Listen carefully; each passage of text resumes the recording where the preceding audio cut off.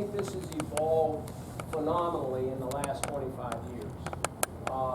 Used to be, when I grew up showing hunters in the dark ages, you know, we gave them a little sweet feed and a good quality hay and some sort of nutritional, like a vitamin. That was it. That's all they got. They all pretty much got fed the same way. But the difference for us working in the Carolinas and Virginia is our horses were able to spend a lot of time out. They were very, very active, and they oftentimes were grazing as well as getting a lot of activity. Things have changed a little bit about how we manage our horses, and many times they're limited as to the space that they have to move around in, how much activity they get out of the box every day. And also our breeds have changed. I was riding Thoroughbreds, okay? So now we're mostly riding warm bloods.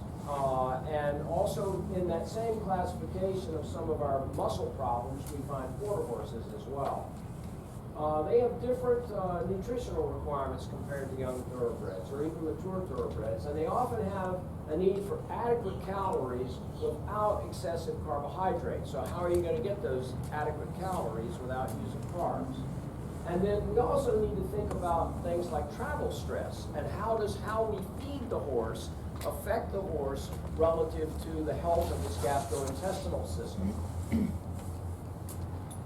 The competitive sport horses are often much more mature than the young racehorse, obviously. They have much longer careers. They have a less need for high carbohydrates and high protein. We don't need to feed a 12-year-old warm blood as much protein as we feed a 3-year-old, 2 or 3-year-old growing thoroughbred racehorse. So nutritional needs are a little bit different. And many of these horses, warm bloods, will oftentimes experience metabolic disease or myopathies. I mean by metabolic disease, I mean excessive weight gain, getting too fat. Later as they get older, they may be prone to equine Cushing syndrome, that sort of thing.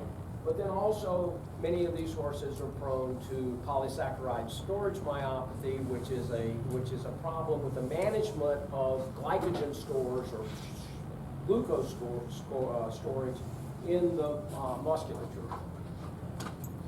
So we usually try to think about concentrate feeds that are, let me back up here 1 second.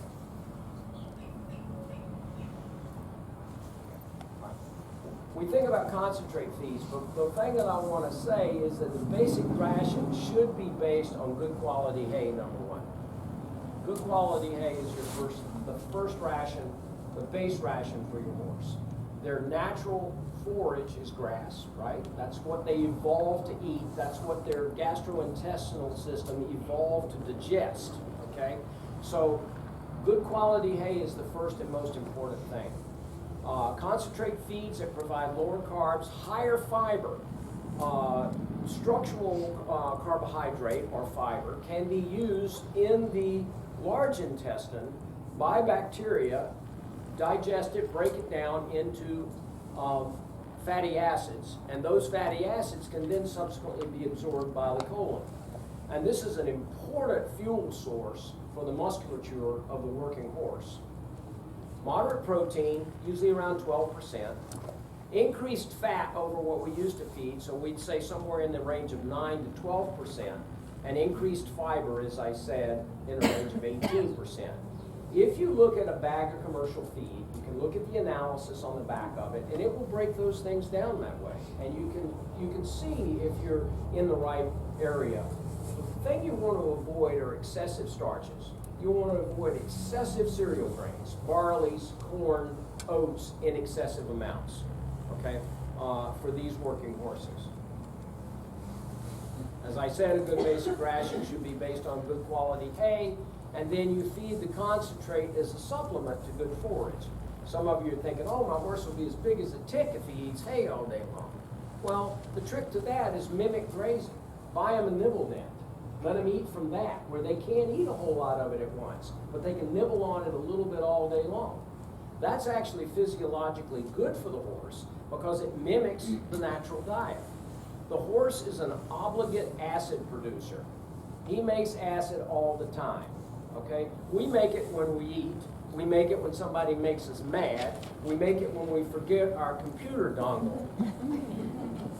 But they make it all the time. And so if their stomach doesn't have some content and their mucus secretion isn't sufficient, they start to affect the lining of their stomach, and that's one of the ways they develop equine gastric ulcer syndrome.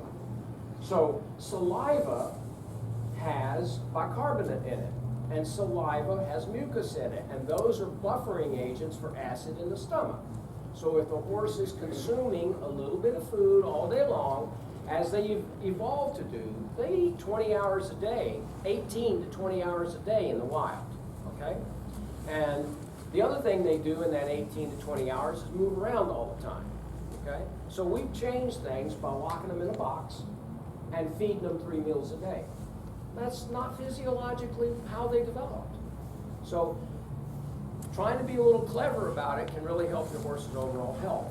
More alkaline feeds are also good. For example, alfalfa is a very alkaline feed. It's a high protein feed, and it's alkaline, and that's just, it's easy on the gut. But of course, it may be more energy than some horses would require to have as a full diet.